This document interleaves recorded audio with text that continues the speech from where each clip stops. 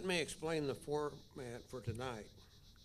Each candidate for the Unified Commission in alphabetical order will have 3 minutes for opening introductory remarks. Then the panelists will ask questions of the candidates starting in reverse alphabetical order. If the candidate has sent a representative, that person will only present opening remarks.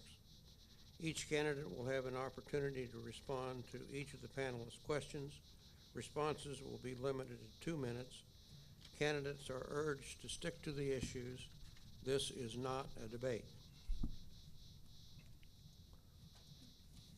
We'll start off with introductory remarks from George Cooper. George? Hello, Merle. Thank you. First, I want to say thank you to the college for having us out, and Merle for having this tonight. I'm George Cooper, candidate for District 7. I've been a city councilman in Bonner Springs 8 years. I grew up in Wyandotte County. I went to Hawthorne for kindergarten, and I went to Blessed Sacrament. Moved out, went to Christ the King. I went to Ward High School, and then I finished out at Washington. So I've lived all over the county, and I've seen our county growth. My father was a 40-year Kansas fireman, so I've kind of been involved in the city. Our county's coming to a crossroads of growth, great growth. So we should decide as a community which way we want to go. I believe things are going good. I think my opponent is a good man. I don't agree with everything he stands for, but I'm sure he doesn't agree with everything I stand for. But I'd just like to thank you for letting me come out here tonight and speak my piece. Commissioner? Thank you. I'm Jim Walters. I'm the current commissioner for District 7. I was born in Kansas City, Kansas. When I was 12, we moved to what is now Edwardsville and went to high school at Bonner Springs. And after my wife and I got out of college, we settled in Bonner Springs, and I've lived there for the last 37 years. I'm an architect by profession, and I spent most of my career working on large sports facilities projects for different cities around the country. And it helped working with those cities to understand how different people in different cities approached issues. While doing that, I also served on the board of directors of 2 of the largest architecture firms in the country. And I tell you all that because I think it prepared me well to do my job as commissioner. Having lived in Kansas City, Kansas, and in Edwardsville, and in Bonner Springs, it gives me insight into the issues and approaches and perspectives of each of those different sections of District 7. Working with cities around the country shows me how different cities have different visions for their future and what we can learn from them. And being on board of directors of a large corporation is similar to being on the board of commissioners. It's a group of people that get together that take the responsibility for the success of an enterprise. So those are the things that I've learned and the background that I have, and I look to continue that with another term in office. Thank you. Now we'll move to the questions, and Edgar Galicius will start out by asking questions of Jim Walters. Thank you, Merle. Please help us understand the biggest challenge in the 7th District and what strategy you would use or will plan on using to overcome that. The 7th District is interesting because we provide, as the unified government, county services to the entire district, and we provide city services to about 1/3 of the district, which is part of Kansas City, Kansas. It's also a district that is made up of older housing and very new housing. So the biggest challenge is related to coordinating among the 3 cities the various utility requirements necessary for development, to get those three cities who all have their own interests and visions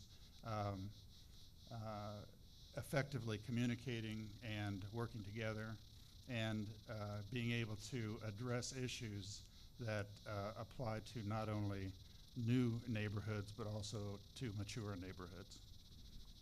George Cooper? Well, the big challenge I see is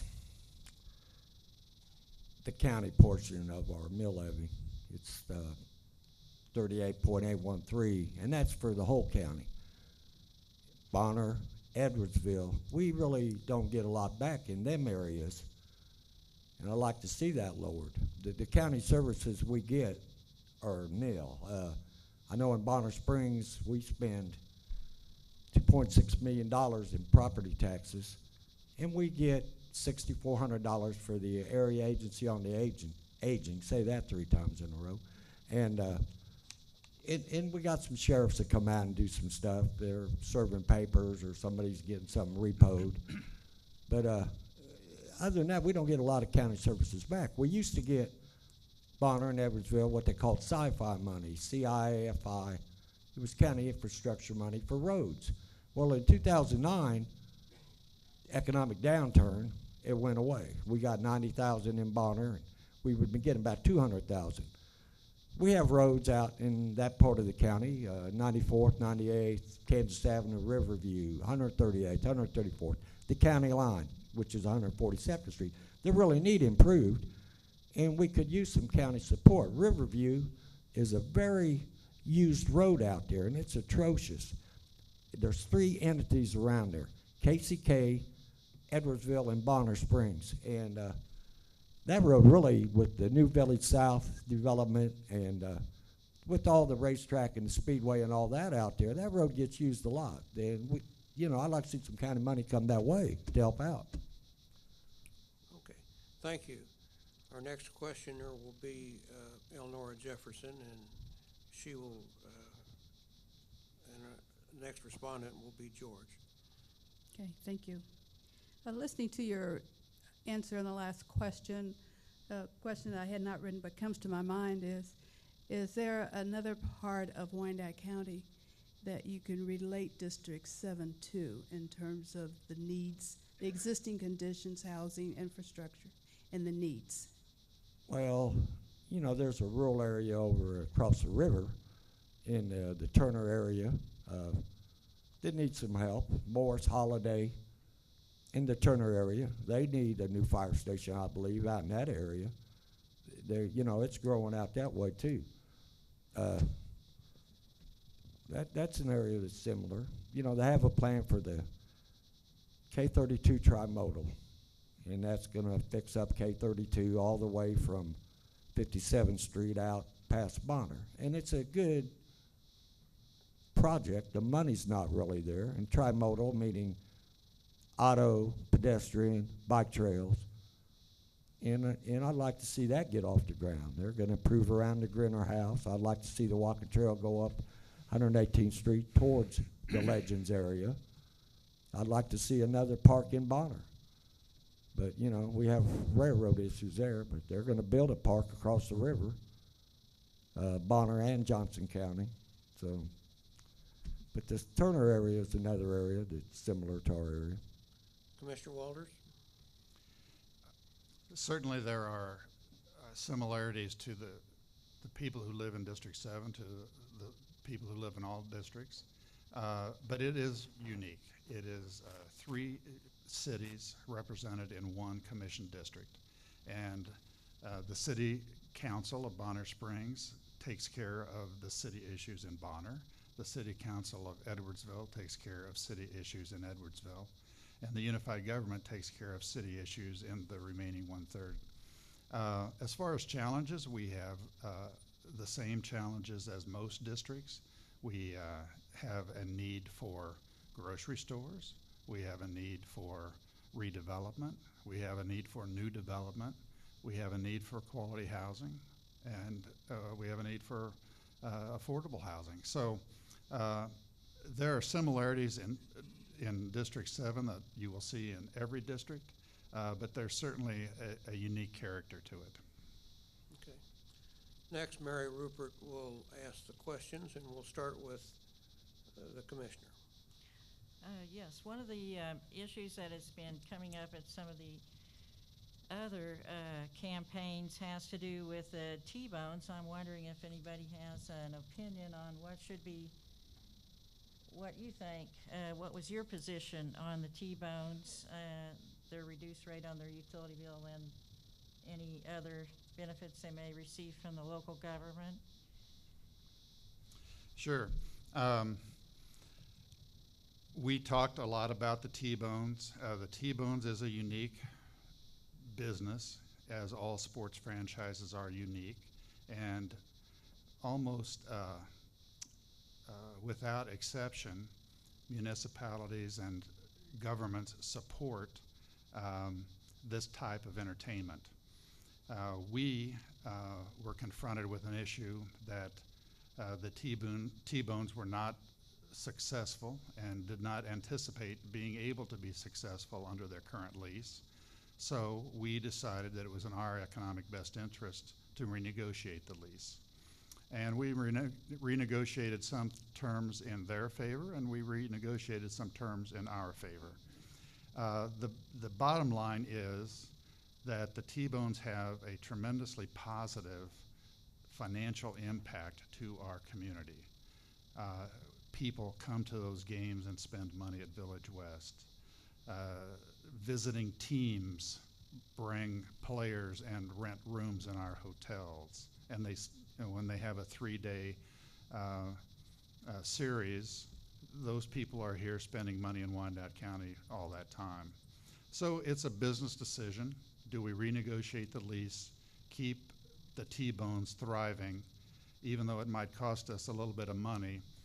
The money is far more made up by the overall indirect economic impact.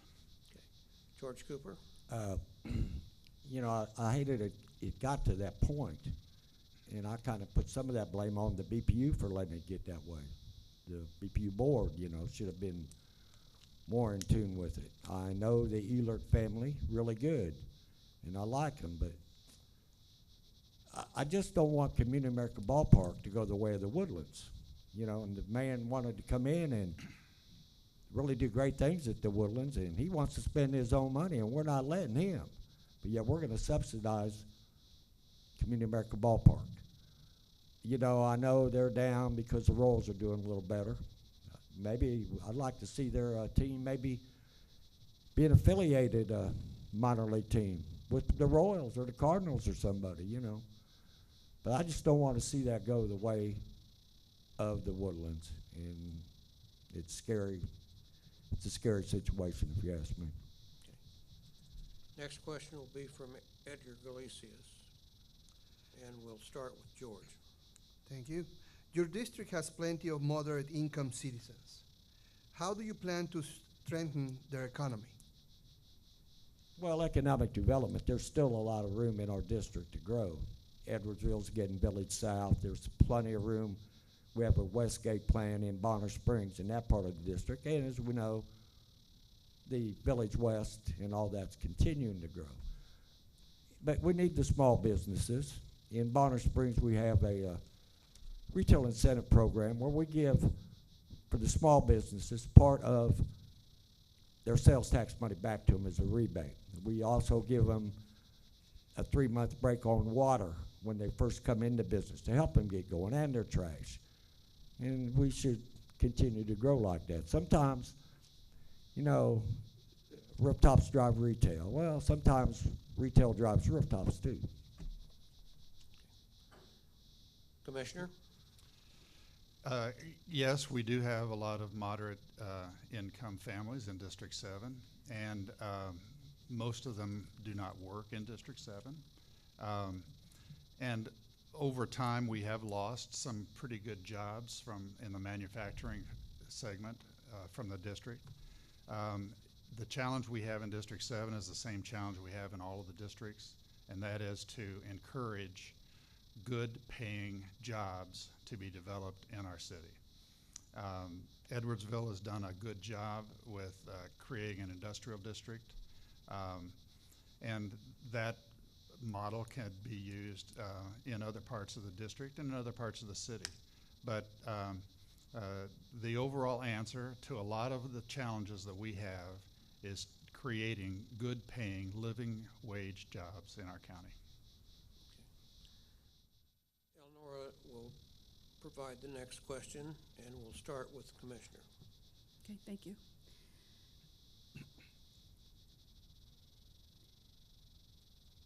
It may be felt that good politics is to vote with the in-district commissioner. Is this a good practice? Is it an appropriate practice? When is it good and appropriate, and when is it not? In general, I think it's good and appropriate. We rely on each other to do homework and legwork on issues within our own district. And particularly if someone has done a lot of work on a particular issue that only affects their district, I think the other commissioners need to pay attention to that. However, of course, there will always be exceptions, and if there's a particular issue where the in-district commissioner is kind of blinded to the bigger picture, I think it's important for the other commissioners to try to point that out and take action as necessary. George Cooper? Well, anybody that knows me knows I'm not a cookie cutter. I'm kind of like a cat head biscuit. So I'm not always with the in-district guy. You got to look at the big picture. Case in point, I don't believe that they should do the new low-income housing down there in the Sumner Douglas neighborhood. There's room for that out around Meadowlark Lane and out around 65th and State, especially with Amazon coming out there. Them aren't really high-dollar jobs. They're $12 jobs, but that won't.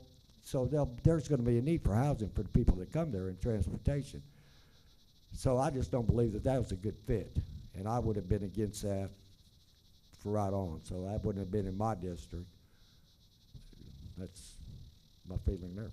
Okay. Now we'll turn to closing remarks, and we will start with George Cooper, and you have 2 minutes. Thanks again for letting me come out tonight. I'd really like to do this job. I'm retired from the BPU. I can do it full time. People know I get things done when they call me. I talked to a lady up on Shiley Avenue in Bonner. Her mother was there. Her mother lives in Delaware Ridge. And she said, "Do you know anybody in the UG?" I said, "Well, I don't know. What's your problem?" She said, "Well, they came out and worked on my street, and they made my driveway's just a straight down big drop off now. I can't even use it." She said, "I've been trying for a year to get it done." Well, I got on the phone and called Mike Tobin. It was fixed in 2 weeks. She made me a strawberry cake. Made me feel good. I'm a bachelor and I like strawberry cake. But that's just how I'm going to operate to get things done for people. Every part of our city, because we're all one dot, you know.